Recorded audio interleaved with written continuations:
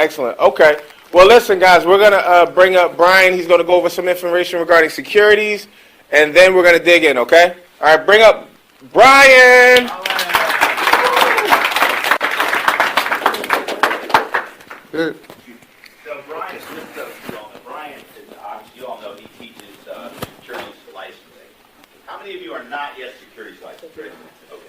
So this is not only for you, this is for those of us that are building licensed teams so that we can better support our people getting licensed. And Brian has a whole training that he's making available, so we wanted him to review that with everybody. So let it rip, Brian. What I want to do as well, that's loud. What I want to do as well is sort of go through what the series exams are. A lot of people who don't have them just see a bunch of numbers.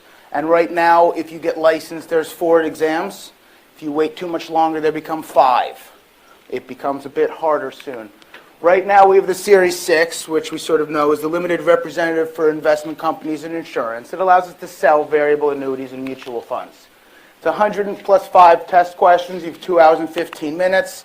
You sell mutual funds, variable annuities. It's generally considered hard. You want to take it seriously. You want to take all of them seriously. It is, oh, sorry about that. It is new material, new concepts, which is what makes it hard. But we've got this new one coming. If you guys follow my Facebook feed, you'll recognize some of these. The SIE is coming. Some of them I made that one. I'm proud of that one.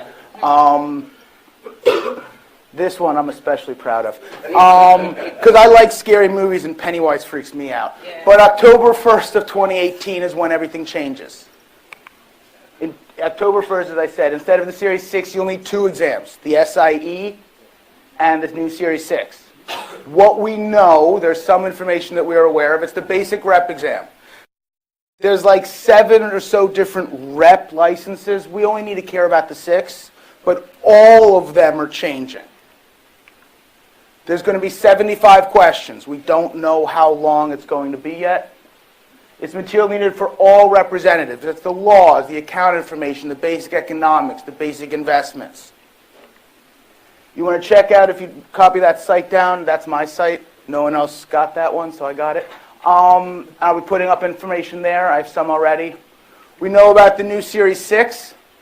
It's the new investment company insurance product license. This is what's basically going to be when you sort of pick your specialty as a rep, which all of us are going to be picking the Series 6. You take this after the SIE. It's going to be 50 questions. It's a short one. I've looked through the material. Don't necessarily think that makes it easy. That means that they can be a lot more specific. I'm not convinced these tests are going to be quote-unquote harder. They're likely to become trickier, and worst case, there's still more questions. Specifically required for the mutual funds and variable annuities, just like the 6 is now. So you're not going to see mutual fund questions on the SIE. What you might see on the SIE, and you can ask people who've taken this as well, is a little bit more on puts and calls. So you can ask people who've taken it how much fun those are to learn.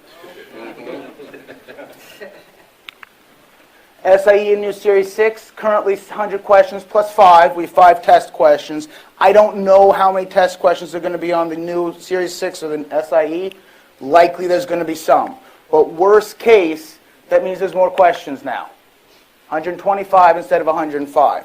Likely 135 or even 140 between the 2 new tests. 2 days of testing instead of 1. That's probably the bigger deal. Right now, if you get your Series 6, it's 1 test, and you have your Series 6. Soon it's going to be 2. We still have the Series 63. That's not changing. That's the blue skies law. This test, by the way, I think is stupid. You have to take it. I can't really explain what it is, other than it's required to sell in most states.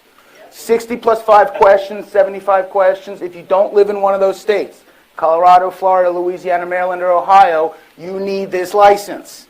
Why they don't just split the Series 6 and then combine this with 1, I don't know, but they're still keeping it. So those states don't require that. Correct. But if you're in those states and you ever want to sort of branch out and go to multiple states, because there's some people in this room know it's beneficial to have different shops in different states, John. But even with Florida, it's still useful if you're going to be going outside. But if you're looking Once you start studying, I have a whole slide on it as well, and we'll get to that a bit later. But a little bit about it. I hate hearing people say the Series 63 is easy. It's not. It's also not necessarily hard. But what it is tricky. The Series 6 has a lot of new concepts. The Series 63 doesn't have as many new ones, but they're far trickier. So make sure when you're looking at the Series 63 that even though the book is really small, you're taking it seriously. It's a lot trickier than it might otherwise look. The Series 26 is a limited principle for investment companies and variable contracts. 110 plus 10 questions, 2 hours 45 minutes. Overseas Series 6 reps. This is what's needed for RVPs to keep 100% of their commissions. It's needed to be an RVP. It's needed to open your own office. This is an important license to get. It's similar material to the Series 6. In the same way coaching a sport is similar to playing a sport. That doesn't mean just because you're a good player, you'll be a good coach. Just because you're a good coach, that means you're a good player. Similar, it's the same rules. Similar, different outlook. So make sure you are taking this one seriously. I jokingly describe it as not liking you. It makes fun of you, and then it runs away, making it hard to sort of catch. It's useful to compare that to how I describe this next one, the 65. This is the investment advisor and fiduciary license. 130 plus 10 questions, the longest of all of them. Allows the selling of managed accounts and acting as fiduciary. It's great for investing large amounts of money, providing good long-term trails. This is the hardest of all the exams. There's no comparison. Oh, sorry. What's up? I'm just curious, when you all saw the word trails, how many of you didn't know what that meant? I'm just curious, did anyone not know what trails meant? Oh, sorry. Yeah, so once again, by the way, as you're learning, guys, when you see words like that, the way I learned, I never paid attention in school. When I got here, I paid attention because there was money tied to it, okay? Trails of money you just keep making. Someone said that word, I said, what the heck is that? I'd write that down and make sure I got that answer later. I'm bringing it up because I know it's not familiar to everybody. Sorry about that. Trails are the money that you keep getting paid on a monthly or annually basis. You sell a product and then you keep getting paid. With managed accounts, you get a direct percentage of the assets you have under management paid to you, doing nothing other than calling the client, wishing them a happy birthday, and visiting them once a year to review everything, and it keeps paying you indefinitely. But this is the hardest of the series exams. I describe it as the older stepbrother of the 63. The 65 and 63, I feel, are the closest of the exams. But this one's got a bad attitude, a chip on its shoulder, and it hates you. Whereas the 26 runs away, this one turns and punches.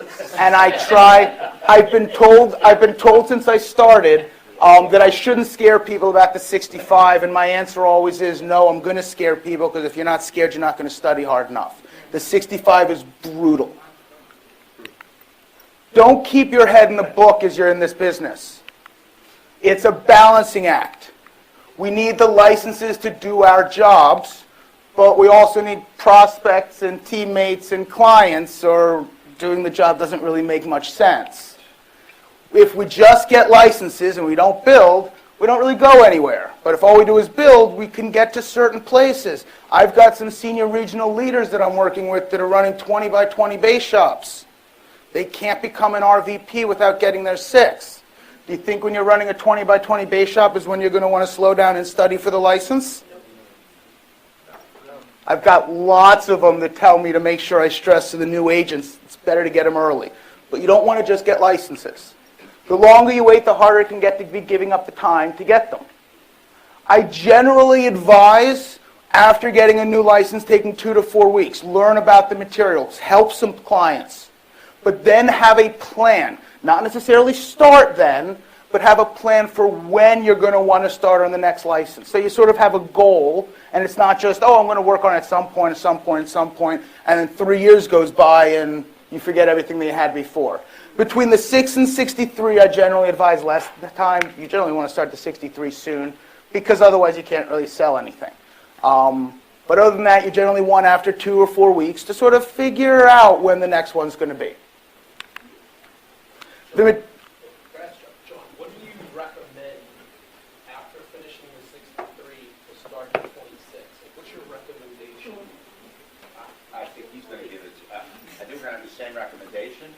It's There's never going to be an easier time to get to 26 I didn't think John would say immediate, but yeah, sure, I'd say immediate too. As a matter Yeah. of fact, if you don't go for the 26 right after you get those two, you're foolish. Yep. Because you are going to have to study all of it all over. Because Yes. so here's the question: what percentage of the 26 do you think is learned in the 6 and 63? So I just took the 6 and 63. How much have I already learned?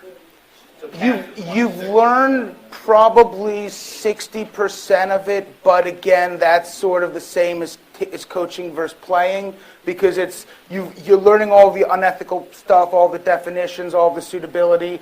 But now, instead of it being you're in this situation, what do you recommend? It's you've got an agent in this situation who did this, what happens? So it's similar concepts, but from a different perspective. But it's the similar material. Right. So if you don't do it right away, then what happens when you start studying? For You the 26? you forget it all. What? You forget it all from the 6, and you got to go back over it. And there's a lot of, unfortunately, there's a lot of utterly useless information on all 4 of these exams that once you pass, you will never know. I can tell you all kinds of stuff about CMOs and CDOs, none of which is ever going to help me unless I go to a really boring quizzo or something where they're asking about it. But you got to sort of know it for randomly seeing it on the test. Once you sort of get over the test, you never have to do it again. So there's another thing about the 26. I don't know if you were going to mention this, but not only can you not... Now, we can promote you to vice president without the 26. We can do that. But what happens is, there's going to come a time where you're going to get reduced commissions. You are not going to be able to promote a vice president without it, and you're not going to be able to open your own office without it. You could promote a vice president without it if they have it. So try that one. I don't have it, but you better, if you want to be a VP, you're going to need to get it because I don't have mine, and you can't. So you just need, who plans to be a vice president here on the VP Congress? Just then you move forward, you get that license. The one thing that I do comment to people, because I always recommend getting all 4 of them. Very few people have the 65. It'll set you apart. I tell people that I add, when I talk to prospects, I mention that I'm a fiduciary. I ask if the people they're talking to are fiduciaries. And I will try and steal business based on the fact that I'm a fiduciary and can provide better service by law than somebody else would. So just to clarify, the first test that should be taken is the 26. 6. No. Six. 6, then 63. And then John and I think generally agree he likes pushing the 26 more. You want to think about the 65 as well. If you're growing, if you're building huge, you don't need the 65. You want to be like John and get people with the 65. You want to recruit people like me with the 65. John doesn't have a 65, is never going to need it. But if you're going to be helping clients and you want to be in there, getting the 65 early as well is useful, and it is related to the 63. I recommend people, especially in Florida, anyone listening, if you get the 65, then go and get the 63 right after. It's going to be pretty simple. But you might as well get it once you get the 65. So if you got the 65, how much of that? So if you did 6, I think if you... 65, let's just say you did those 3. How much would you know for the 26? I mean, when I went through some of the notes from other companies that I've seen, if you combine Kaplan's notes for the Series 6, 26, and 63, it is larger than the notes for the 65. But you remove any one of those, it's not. The 65 is larger notes than the 6 and 26 combined. The 63 is pretty much entirely contained within the 65. I haven't really figured out what is on the 63 that isn't testable on the 65 as well. It goes way deeper. Who has the 65 in here? Anybody? Damn, great. And you're? I'm studying now. You take this. Okay, yeah, and I get a deadline instead of soon. Yeah, give me a call, Anthony. We'll work something out. He's one of my students. He'll tell you. Yeah. Yes. Can I say something about the 26 for Yeah. people in the room? If you have done well on exams in the past, which I was one of those people, I was very fortunate that I didn't pass on the first try. I decided that I was going to wait on the 26, and when I had to go back and restudy. It took me 4 times to pass it. So don't do it. This is my piece of advice to everyone in the room. Good. Don't do that. Get it right away. Get it done. Get it over with. Okay. Because what's going to happen is going to be a real pain in the neck, Yeah. and you're not going to study hard And you enough, forget half the crowd. and you're going to, And you're going to give up, a month and a bunch of business to study, and then fail, and get depressed, and then have to give up another month and a bunch of business, Yes. maybe 6 weeks and a bunch of business, and feeling bad about yourself. Yes. That's exactly it. Amen. What I describe them individually. Here's the sort of the rundown of them. People generally laugh. I'm really not kidding about them. It's just the sort of the easiest way to describe them. The 26 does, it's just weird in what it does. And it runs away, and it's like, it just keeps making fun of you. Yeah, I like that one too. But it's just doesn't like you. It's not that it hates you. The 65 hates you. Understand as well, the 65, I talked to Kaplan, of the 60 or 70 total series exams in the industry, the 65 is generally considered the second hardest. Second to the Series 7. That is one of the exams that the SIE is affecting. The Series 7 is going from 250 questions to 125 questions. My guess in October, the 65 is going to become the hardest series exam. So make sure, when you put your mind to it, that you're ready for it. Otherwise, it's just going to feel like you just went 9 rounds with Mike Tyson in his day. It's not going to be funny. So, Coach, April 21st, that'll be done. good, there we go, good. Here are my shameless plugs for my upcoming classes. I do have a 2-day webinar today. It starts at 4. I have flyers outside. But the next one is the 21st and 22nd of April. That is the ALC weekend. Unfortunately, I'm going on my honeymoon from the 9th to the 19th. So we're coming back, and then that weekend I'm teaching. But I want to make sure I get the classes in. The next 6-class study course is starting the April 25th.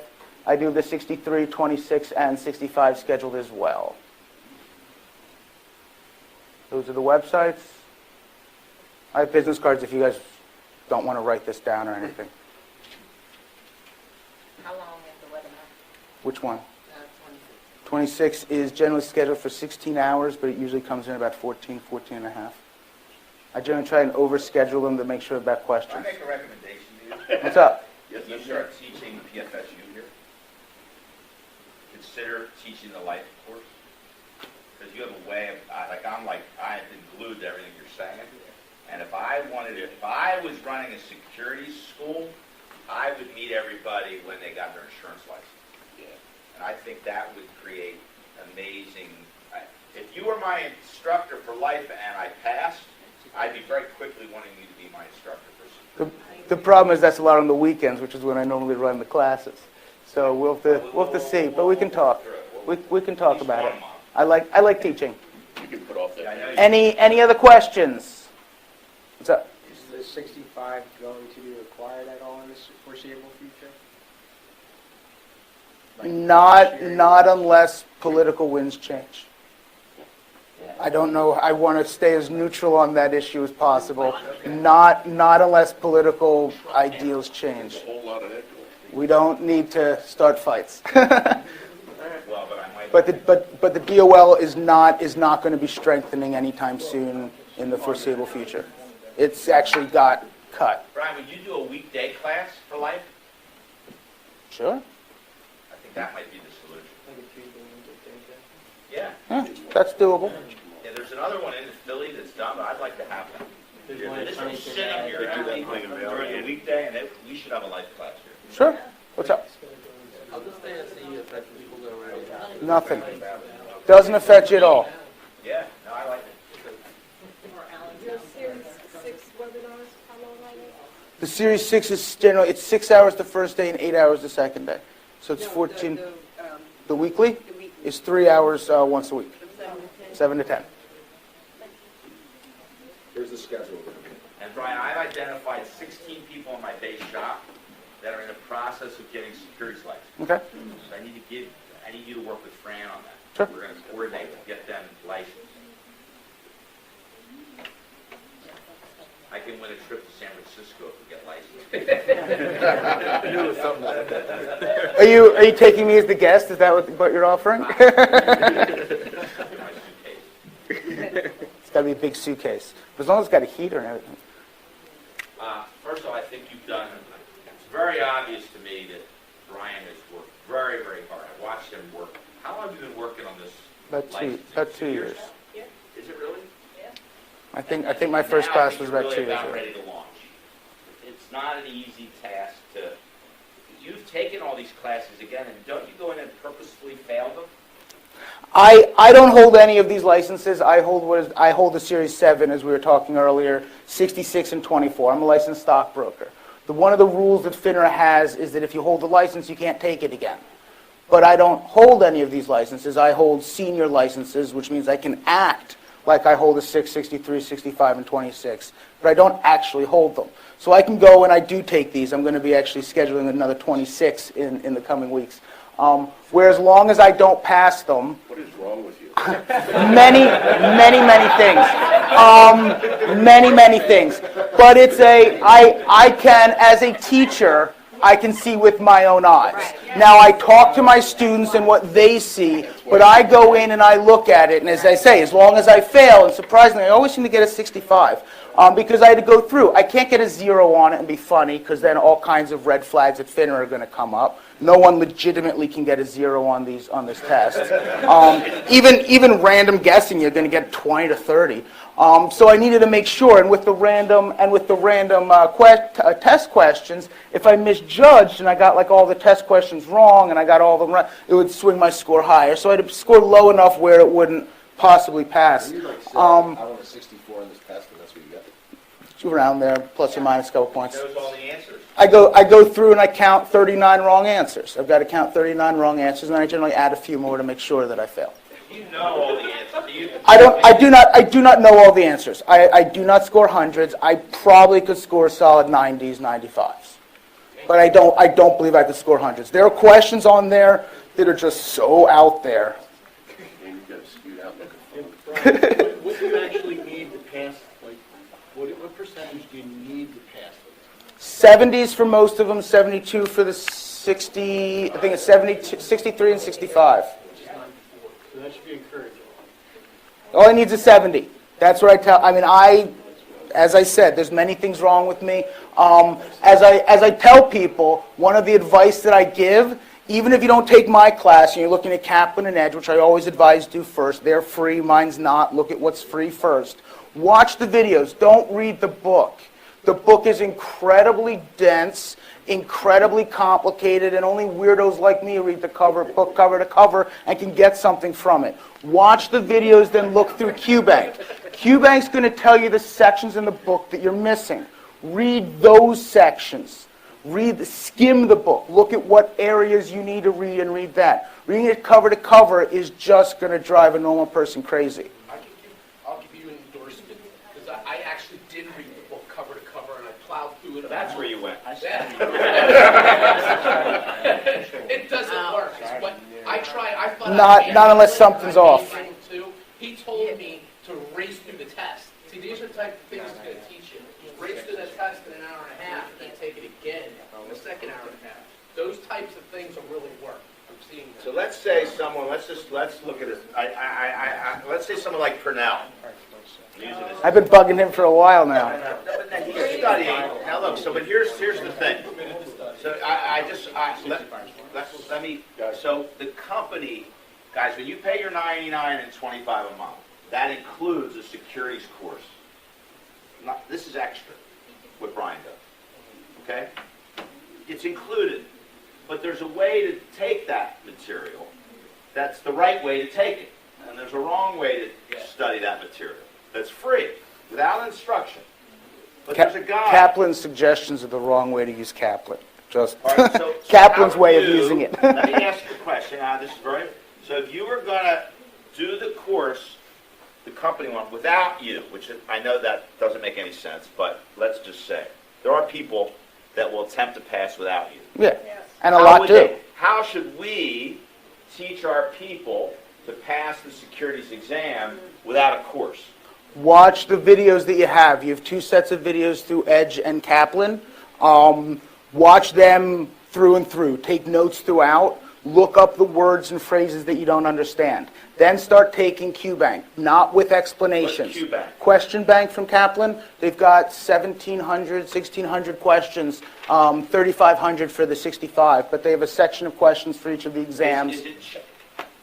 Just help me. Sure. This is the way I always passed. I would go and I would do chapter 1 or test 1. So once I do all the videos, I would do the video. I would then do the test related to it. In the Q-Bank. I would just go through and start doing, and I would do them over and over until I was getting 80s. But this is when we didn't have the ability to take all the ones we get wrong and make a new test of it. Back then, they didn't have that. So I would just keep taking the tests until I got in the 80s. Then I'd move to the next chapter. When I went through all the material, so I at least knew I was getting 80s.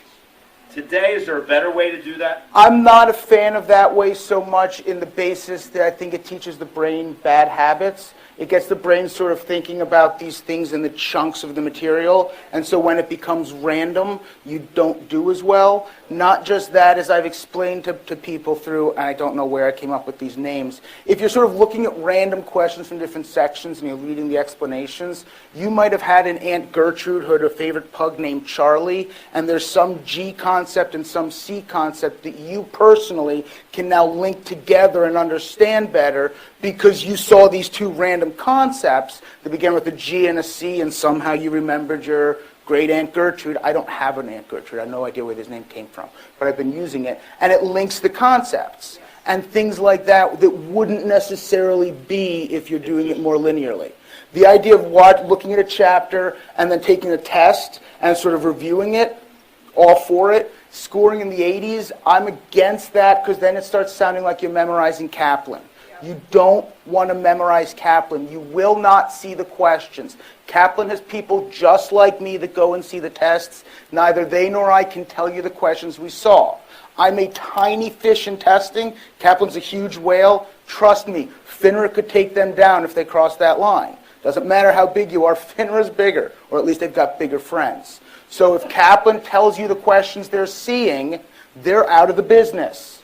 But they'll tell you what I refer to the metadata. Why is Kaplan asking me this question? What does it want me to know? How do I figure out this type of situation? That's what you're going to see on the test.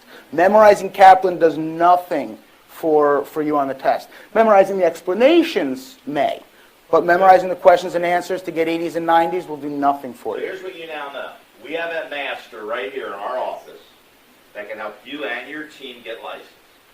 And so I'm going to move on. We got some other things understood. to cover, but was that fabulous or what? Yeah. Thank you. Brian, you're the new fan. I'm really glad I got to hear you do that today. Thank you. It's really great. This is for you. And I don't know what you're going to do if you ever want to add a woman to your team, because then because the securities guys won't work. The security gang, right? Okay. You better go get that. You better go lock that up. Go daddy. Go daddy, yeah. All right, good stuff, right? All right, so I never saw anybody make licensing interesting. I just saw that, okay? Webinars. Yeah, I mean, I really fascinating, really fast. All right.